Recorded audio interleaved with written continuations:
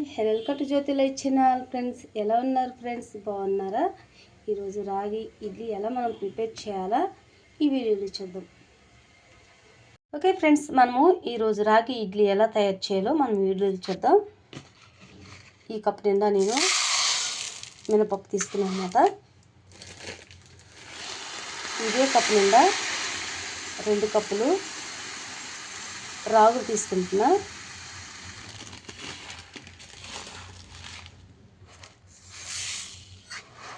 చాలా మంచిది మనకి రాగి ఇడ్లీ. అసలుకి షుగర్ ఉన్న వాళ్ళకి మాత్రము చాలా షుగర్ కూడా కంట్రోల్ అయిపోతుంది మనకి. ఈ 2 కప్పుల నిండా నేను రాగులు తీసుకున్నా.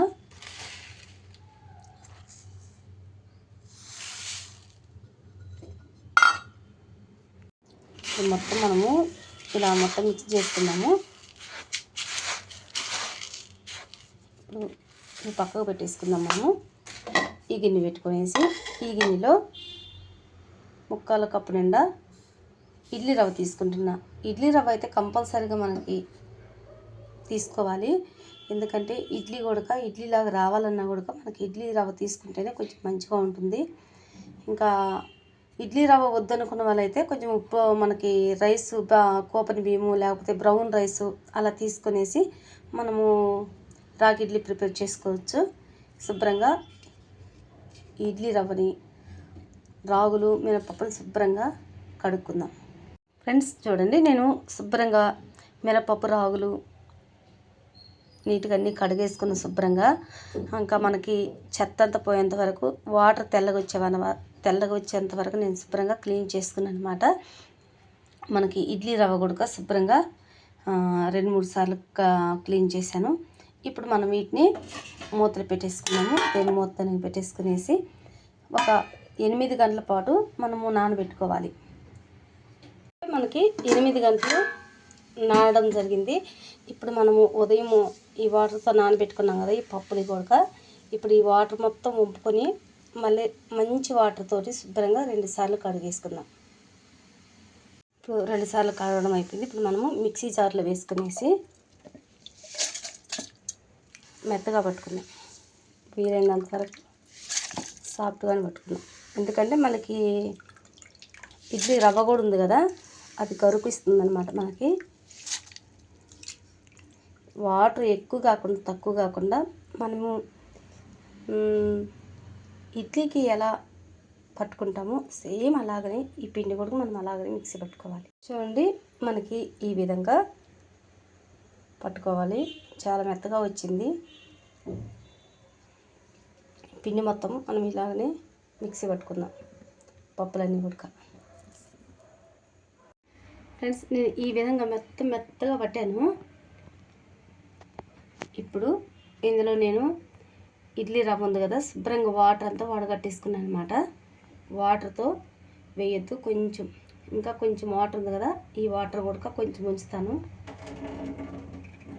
ఇప్పుడు ఇందులో మొత్తం వేసేసుకుందాం.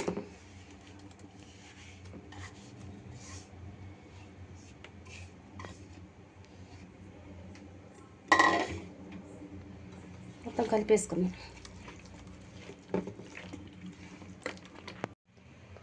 ఈ విధంగా కలుపుకోవాలి.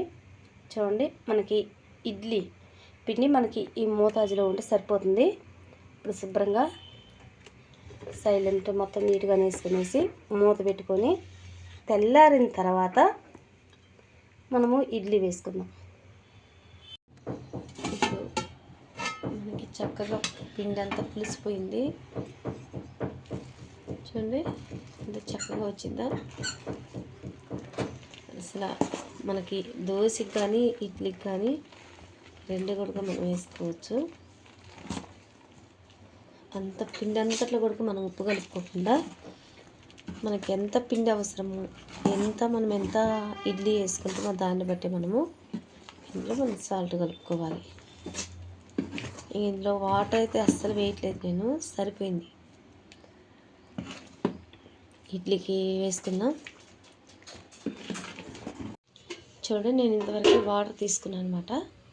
ఇక్కడ వరకు మనకి ఈ గిన్నె నిండా నీళ్ళు పోసుకున్నాను. ఇందులో ఇంకా వాటర్ అంతా కూడా బాయిల్ అవ్వాలి. స్టవ్ని హైలో పెట్టుకుందాం. దీనికి మనము ఆయిల్ కానీ నెయ్యి కానీ మనం అప్లై చేసుకునేసి మనము ఇడ్లీ పిండి వేసుకోవాలి. నేనైతే ఇప్పుడు నెయ్యి వేసుకుంటున్నాను అనమాట.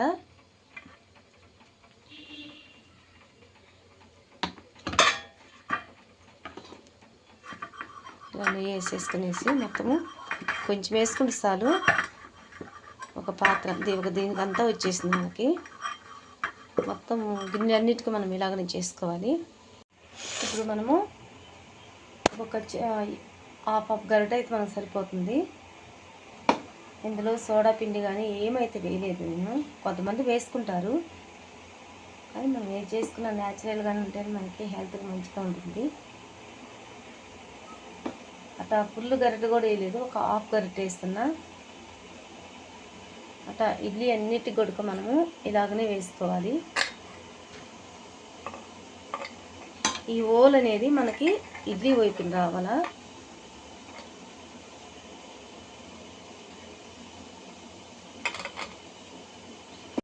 వాటర్ మనకి బాయిల్ అవడం రెడీ అయిపోయింది. ఇప్పుడు మనము ఈ పాత్రలో నిలబెట్టుకుందాం.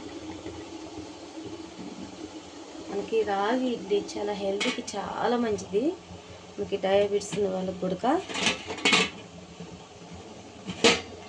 చాలా మంచిది ఫ్రెండ్స్. ఇది పిల్లలు కానీ పెద్దలు కానీ అందరూ కూడా హ్యాపీగా తినచ్చు. ఓకే, మనము 20 నిమిషాలు మాత్రం హై ఉంచుకోవాలి. ఫస్ట్ మనం ఒక 5 నిమిషాలు హైలో పెట్టుకునేసి తర్వాత మనము హై కాకుండా సిమ్ కాకుండా మీడియంలో మొత్తం ఒక 15 నిమిషాలు 20 నిమిషాలు స్టవ్ మీద ఉంచుకుందాం.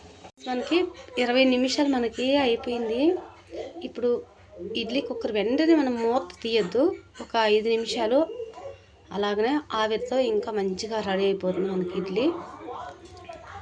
ఇప్పుడు మనము మూత తీసుకుందాం. ఒకసారి చూసాను అనమాట ఎలా వచ్చింది. రెడీ చాలా సాఫ్ట్గా వచ్చాయి ఇడ్లీ. మనం వేరే బౌల్లోకి తీసుకుందాం. అంటే ఎంత చక్కగా వచ్చాయో ఇడ్లీ. ఇప్పుడు తీరచ్చు కదా. వాటర్లో గంటి తడిపల తీస్తుందనమాట. వాటర్లో గంటి తడిపితే నీట్గా ఇడ్లీ వస్తుంది అనమాట, ఎక్కడ అతుక్కోకుండా. ఇడ్లీ మొత్తం ఇలాగనే తీసుకుందాం.